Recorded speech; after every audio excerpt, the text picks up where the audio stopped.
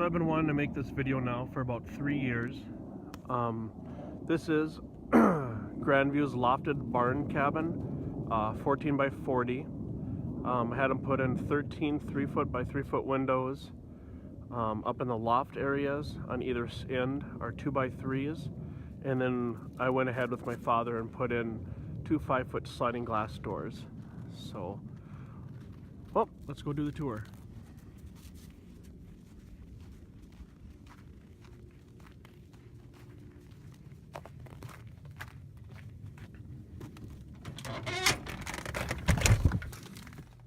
So I'll give you guys a quick tour of the inside of my house. I have a little bit of a cold, so I apologize for the coughing ahead of time. So that's the front door we just came in. To the right, hanging up, is my coat rack. Just a simple black pipe fitting coming out. Works pretty good. Stackable washer and dryer are directly in front of the door.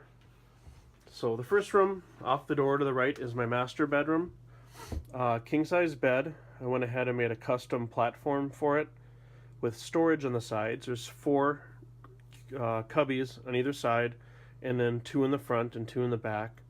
And I made them so those baskets that you can buy at Home Depot, Michael's, Walmart will fit in there. So they'll give me a lot of extra storage, you know, because in a small house, you know, storage is a pretty big thing. If I walk in, pan to the right, I have my computer desk set up from when I'm working from home or doing freelance work. In that closet there is my service entrance, the breaker box, all that good stuff. If I come back here and turn, 5-foot sliding glass door. There's nothing better than a snowstorm, laying in bed, turning the outside light on and watching the snow fly. Right above that is my cloud light that I made. And then to the left, I have my custom wardrobe that I just built over the weekend. I still need to put doors on it, so right now I just have a little curtain that you pull across. Inside this room is my utility room. So I have a US Craftmaster water heater. It's on-demand propane. And then to the left, that's my little control module where I can go ahead and turn up the temperature of the water. I usually keep it at 130. Doesn't really need to be any hotter than that. The white panel up there is my media panel. So internet that comes in, TV lines that come in, all come into that source and then just kind of split out from there. I need to tidy that up a little bit. That's my my Wi-Fi router and all that good connections. Down below is my expansion tank for my well. And then, if you guys can see it, opposite wall is my stationary tub, which is basically there just to serve my washer for when it empties out the water after it's doing a cycle. I do want to go in and eventually find something that has a little bit less of a footprint and it's not so deep. So if we come out of the bedroom, come out the hallway. So I heat this with just a direct vent propane furnace. This is Renee or Renai. I believe it's the medium model. It might be the large, but found this to be very efficient. Haven't had any issues with it at all, except that the geniuses who actually built this do have a child lock on it, which is nice, but with a child lock active, you can still turn it on and off. So last winter I came home to a very cold house because one of the cats had a well-placed paw and shut it off. So that's why the red cap's there. Other than that, it's been reliable, haven't had any issues. Just have to make sure that there's a filter back behind here and that gets cleaned twice a week. My 2 dogs and 3 cats, it usually fills up pretty good with pet hair. So if we walk down the hall and look up, that's the loft. And come back down is my living room / kitchen / dining room. I used to have an attic pull down ladder for my loft. I found that getting in and out or getting up and down there is a little hard at times. So I went ahead and built some custom stairs going up. I was able to put my freezer in there. In the holes that are left, I'm going to end up making some custom drawers for that, for a pantry. And then the open space to the left of the freezer right now is just throwing in miscellaneous junk, which just consists of chair, dog bowl, and a garbage can at this time. But I'm going to go ahead and do some shelves in there, put a door in there, and that will expand my pantry a little bit. I also have from IKEA the folding tables, which work out great for if you need a little bit extra countertop space for cooking, for prepping, or if you just want to, you have company over, you need a little more space for people to eat. So, and this is my kitchen. Full-size appliances. Got it as a package at Best Buy. Full-size stove, microwave, refrigerator. Cabinets I got at IKEA with the farm sink. Love the farm sink. And then I had to get a little bit crafty for top cabinets, because base cabinets typically are pretty deep, or not deep, but pretty tall.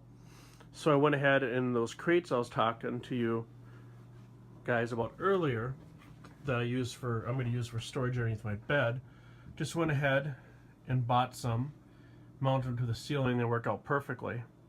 Another nice feature is that magnetic strip for knives, so it saves me on counter space for not having a butcher's block. Of course, TV, entertainment center, TV, sound bar, and then I opted to go the do-it-yourself route. Had some leftover sanded plywood 3/4 inch, got some concrete block, and built myself an entertainment center. So off of the living room is my bathroom. I have storage to the right, full-size tub. I'm not gonna be able to sneak in here, it's a pretty tight space. Full-size toilet, and my full-size vanity. I originally was gonna go with Saniflow toilets. I think they're about $900 a piece, just because I wasn't sure how I was going to get everything out to the septic tank. But talked with a plumber that was out, and as long as I built a platform that was 12 inches high, he was able to get the plumbing up underneath that platform and just plumb it like a regular house to come out. So that worked out really nice.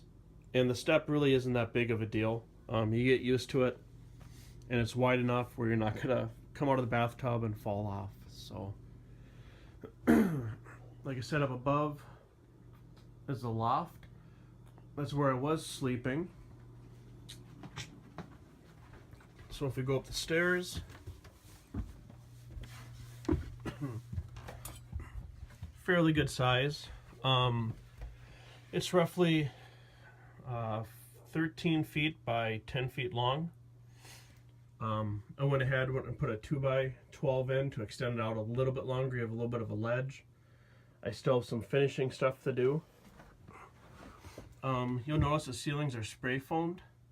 One thing that I did have an issue with here is that the metal roof was fixed directly to the metal, or to the sheeting that sits on top of the trusses. Excuse me. And the issue I was having, when I did them the correct way. You put the baffles in, then you put your insulation over that, and then your vapor barrier. But I was still getting moisture, and what was happening is typically a metal roof, there's space between that and the sheeting. So typically there's a 2x4 that's put up, pink styrofoam, hard foam insulation, and the panels are fixed on top of that. But since the panels were fixed directly to the sheeting, the moisture that was coming up, that got up through that, was flash freezing. So when it got warm out, it started melting and dripping. I ended up having a little bit of black mold up there. So this spring I went ahead and tore out all the insulation in the ceiling throughout the whole entire house. Took some bleach water, scrubbed them down, let them dry out, made sure all the mold was out of there, and then I went ahead and had a local company come out. I believe it was Evergreen. Nate was the guy there, and he went ahead and spray foamed for me the ceilings. I've noticed a huge difference as far as my heating bill, and when I'm using my portable air conditioner in the summer. Plus, they did a demonstration where to take a piece of cardboard, they spray about 2 inches of this stuff on there, let it sit for 30 seconds, they can walk across it. It's just as hard as concrete. So with this up in the ceiling, it makes everything a lot more structurally sound. So I was pretty happy with that. Eventually I will pull the siding off the outside of the house, get rid of the T111, I believe it is, pull the insulation out of the walls, have them spray foam that, resheet it, and then put up half log siding. So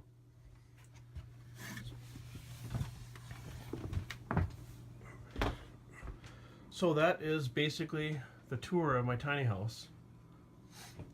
Couple things I did extra out back. It's getting dark out, you know, of course, because it's winter time. So I don't know if you guys can see, but I ended up last year taking down about 20 trees. I made my own pergola off the back. The area that's snow fenced is a pond. It's 10 feet by 20 feet by 5.5 feet deep. I have a waterfall on there, a UV sterilizer, and I do swim in there because it's cleaner than lake water with the sterilizer. There are goldfish in there, which helps. So they eat all the mosquito larvae, so it cuts down a little bit on that. But you're up in northern Minnesota, you're eaten by the mosquitoes either way. So this spring, or actually this fall, I had an issue where one of the dogs, not this one, my bigger dog, crashed into the side of the pond and knocked a whole bunch of boulders in, and by doing so took out my liner a little bit. I didn't buy the typical pond liner. I ended up buying the rubber roofing membrane, which is probably about 4 times thick. I think this one's 40 mils, if I'm correct. Might be a little bit thicker than that, and works out great, and I don't have to worry about anything puncturing it. One other thing I did add, and probably not gonna be able to see it unless I come outside, is a smaller cabin. So this was in my guest cabin slash office. It's 10 by 16. I was using that as my office for a while, and then with the winter and house projects that I wanted to get done here, I just went ahead, moved my office back inside the house, and then just converted that into a workshop for now. So, but I'll see if I can step back and give you guys a little bit better shot. The back of the house and the pergola. Pups.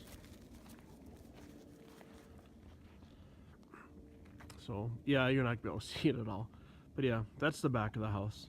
So if you guys have any questions, comments, please just leave them down below, and I can do a little bit longer video, or I can expand on a little bit of how I kind of tackled some challenges, especially the wiring for wiring up the small house. Had to get a little creative on my wire runs and how I ran them. So okay, hope you guys liked it.